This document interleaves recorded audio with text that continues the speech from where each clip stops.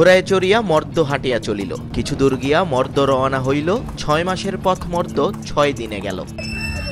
মধ্যযুগের লেখা এই কবিতার মতোই ঘোড়ার গাড়ি চড়ে লাহোরি বাদশাদের মতো শুরু হয় ৪৯ একর জায়গার উপর অবস্থিত লাহোর ফোর্ট দর্শন। পাকিস্তানের লাহোর শহরের এক কোনায় দিল্লি গেটের আগেই এই কিলা, যার বর্তমান কাঠামো মুঘল সম্রাট আকবর পুনর্নির্মাণ করেন ১৫৫৬-তে। পরে দুর্গটিতে অনেক কিছু সংযোজন করেন জাহাঙ্গীর, শাহজাহান এবং আওরঙ্গজেব।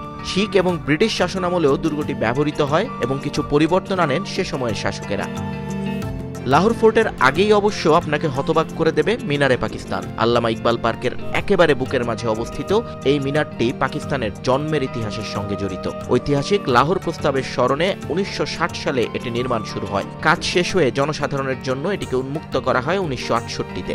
মুঘল, ইসলামিক এবং আধুনিক স্থাপত্যের মিশ্রণে ৭০ মিটার উঁচু এই মিনারটিকে ধরা হয় পাকিস্তানের স্বাধিকারের প্রতীক হিসেবে। মিনারকে একপাশে রেখে একটু এগোলেই চোখে পড়বে লাল কিলার দেয়াল ঘেঁষে দাঁড়িয়ে গুরুদুয়ারা, যদিও জনসাধারণের প্রবেশ সেখানে সীমিত। আরেক পাশে বাদশাহী মসজিদ।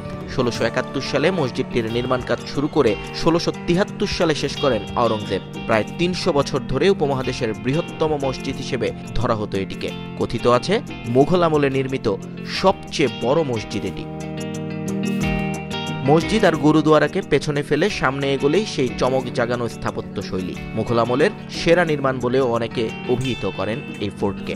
শুরুতেই অবাক করে দেবে আওরঙ্গজেবের আমলে নির্মিত প্রধান প্রবেশদ্বার আলমগীর গেট। অসংখ্য আয়না এবং মূল্যবান পাথর দিয়ে সজ্জিত রাজকীয় কক্ষ, শীষমহলও নজর কাড়বে সবার। আকর্ষণের কেন্দ্রবিন্দুতে অবশ্যই নৌলাখা প্যাভিলিয়ন, যার শুরুতেই তাজমহলের অবয়ব অবাক করবে দর্শনার্থীদের।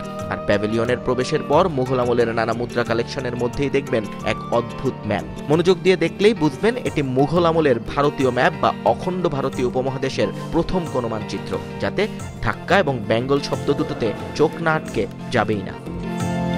অবাক হওয়ার মতো আরো অনেক কিছুই আছে এই ফোর্টে দর্শনার্থীদের জন্য। শাসকদের সভাস্থল দেওয়ানে খাস এবং দুর্গে হাতি দিয়ে প্রবেশের জন্য নির্মিত পথ হাতিপরও মুগ্ধ করবে যে কাউকে।